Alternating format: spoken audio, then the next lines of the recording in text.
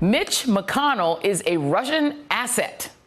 Those are the scathing first lines of a column by the Washington Post's Dana Milbank today.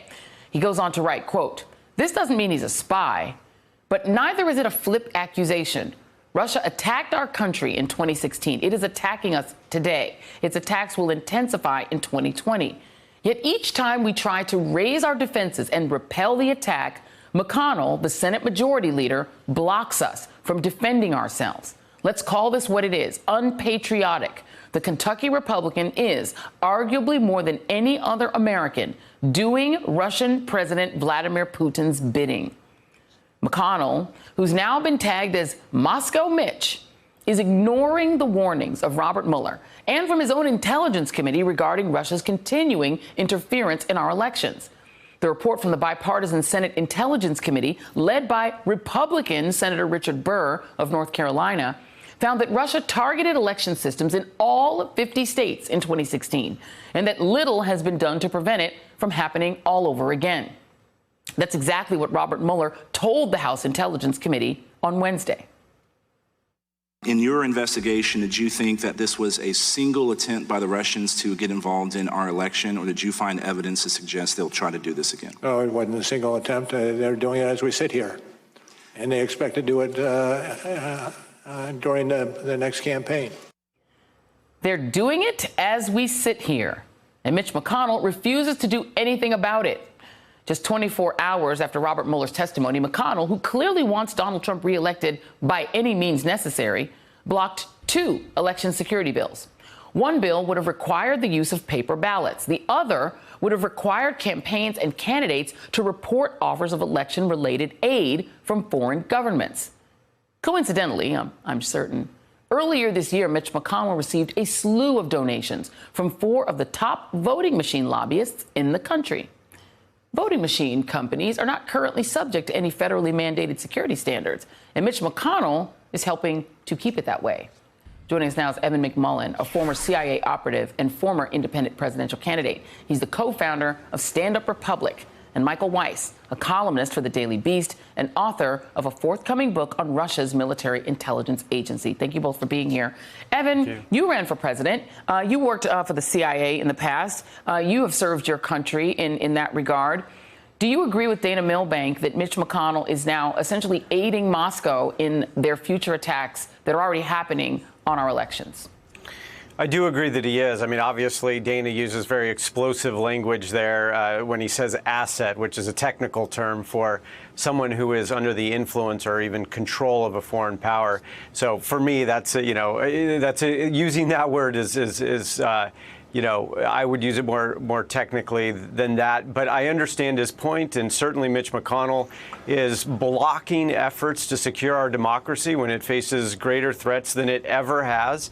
And it's inexplicable, but for any good reason, why he would do this. The country's clearly under threat.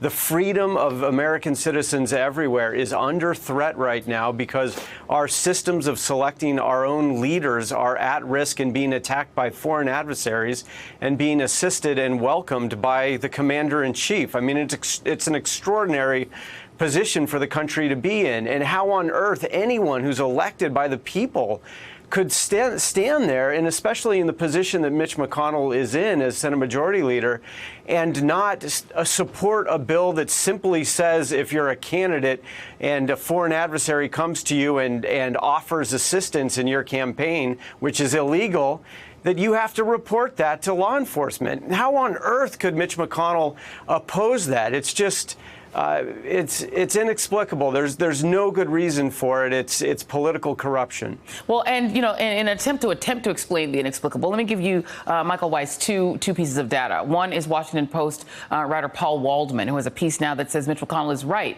Secure, open elections would elect more Democrats, and so this might be some of the reason why Mitch McConnell doesn't want to act. So here are some things that in our system today are partisan, in the sense that if we were to do them, they would advantage the Democratic Party over the Republican Party. Securing our voting systems from foreign hacking, allowing every American to vote, making it as easy as possible for Americans to vote, and ensuring that all votes count equally. So Mitch McConnell has a partisan reason to allow Russia back in.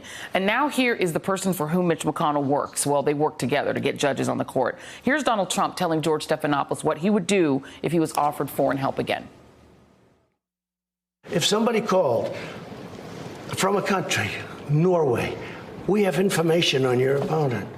Oh, I think I'd want to hear it. You want that kind of interference in our elections? It's not an interference. They have information. I think I'd take it.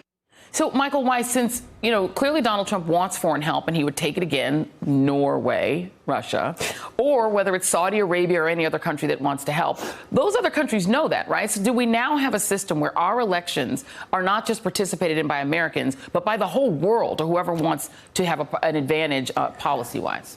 Yeah, and I think the difficulty is once you allow a foreign country, particularly a hostile foreign country, into your democracy, they don't tend to leave. The Russians learned this trick very successfully in Europe over the last 15, 20 years, where they've been able to manipulate the political systems, buy off politicians, and indeed wage cyber campaigns and active measures. But look, I think with Mitch McConnell, this is a very simple case of somebody who's just putting party political interests above national security. This Senate Intelligence Committee report, which, by the way, it's a Republican-led committee, the baseline standard, they said, for protecting the election is to have the paper ballot backup system, the baseline standard. How is that a partisan issue?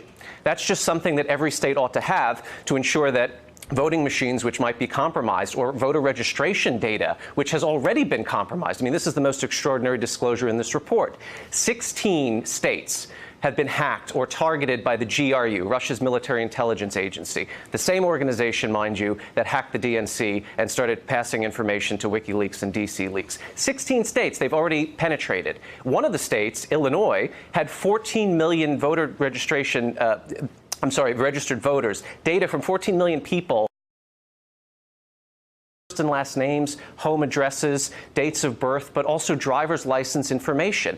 Remember what Robert Mueller found when he indicted the Internet Research Agency, or the so-called St. Petersburg troll farm? The Russians were also doing identity theft to try and pass themselves off as Americans in order to keep this masquerade or this pantomime going, that this is just a domestic political crisis or a domestic political development, that the Russians have nothing to do with it. We are allowing them back into our system. And so for a Republican-led committee to say the very least we could do, make sure voting machines don't have access to the internet so they can't be hacked. Make sure they don't have exposed USB drives so somebody couldn't walk into a booth, put in a thumb drive, and upload malware. Just remember, Joy, one voting machine that's compromised and proven to be so will cause a socio-political crisis, particularly in 2020, particularly with a president who has already alleged in 2016, an election he won, that the votes were rigged without any evidence, right? Yeah. That's the danger. The Russians don't have to do very much to completely blow up the entire system. Right. And so for Mitch McConnell, Evan, apparently it is worth it to him to have those risks on the table if they win. Yeah, look, I think you're exactly right in explaining why Mitch McConnell is doing what he's doing. I'm so discouraged and disappointed, and as a conservative, to see the Republican Party now sacrifice our system of self-rule so that they can maintain an advantage at a time when they're struggling in the battle of ideas in the country. And I say to my fellow conservatives, this isn't the way to fight. Let's re-enter the battle of ideas. Let's compete. We used to believe in competition. Let's not abandon that politically. It doesn't make for a strong party. It doesn't make for a strong country. And that's what Mitch McConnell is doing, sadly, and what many Republicans are going along with. And it's just the wrong way. It's the wrong way for the party. It's the wrong way for the conservative movement. It's the wrong way for the country. And Michael is pointing out something that's also very important about what will happen if there is hacking again, and there certainly will be in 2020. I don't believe that we can say anymore, and it's uncomfortable, that we had a free and fair election in 2016 in America. Think about that, the gravity of that. But I think that, the American people can look past that. We can move beyond it if it just happens once, and in the next cycle we have an election without these irregularities and so on. But if what happens in 2016 or more, or something different, but also a foreign attack on our democracy, happens again in 2020, we are facing a situation in our country where our elections no longer will have popular legitimacy. Yeah. And in that scenario, we lose control and we are no longer free. And that's what's on the verge of happening. The Russians don't have to change votes to do that. All they have to do is to hack the voter rolls again. Maybe they do it a little bit deeper, a little more widespread this time. Then all of a sudden state governments can't certify the results of election.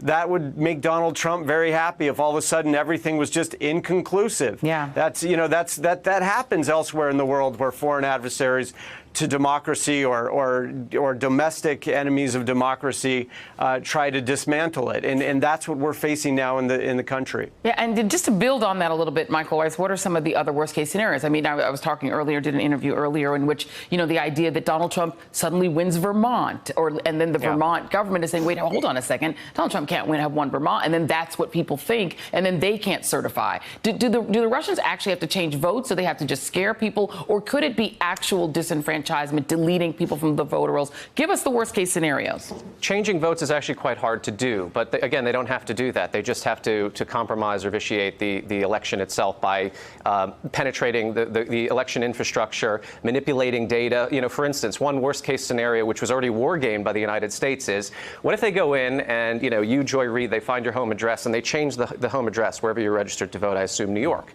You turn up to the voting booth, the polling place, with the wrong address. Mm-hmm. You might get a provisional ballot, but this is going to cause chaos. It's going to cause a crisis where people are saying, well, wait a minute, this is where I live. What are you telling me that this is not that this is not my home address? So again, they don't have to even change, check marks against Donald Trump's name versus whoever the Democratic candidate is going to be. There's a host of other things they can do. One just final point, Mitch McConnell and the Republicans, I think they believe they're picking up a very powerful stick to bash the Democrats over the head with in 2020.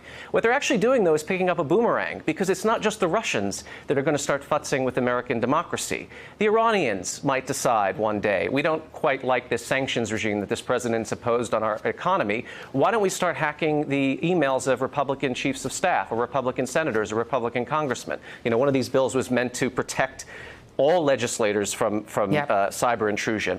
If they do that, then won't the Republicans look silly for saying, well, we had the opportunity to indemnify ourselves and we chose not to? Yeah, absolutely. Or the question of Donald Trump's legitimacy will become even bleaker after an election that people wonder whether it was free and fair. So for himself, he might want to get on board with protecting his country. Evan McMullin, Michael Weiss, thank you both very much. Thank you. Thanks for checking out our YouTube channel. Subscribe by clicking on the button below for more from The Last Word and the rest of MSNBC.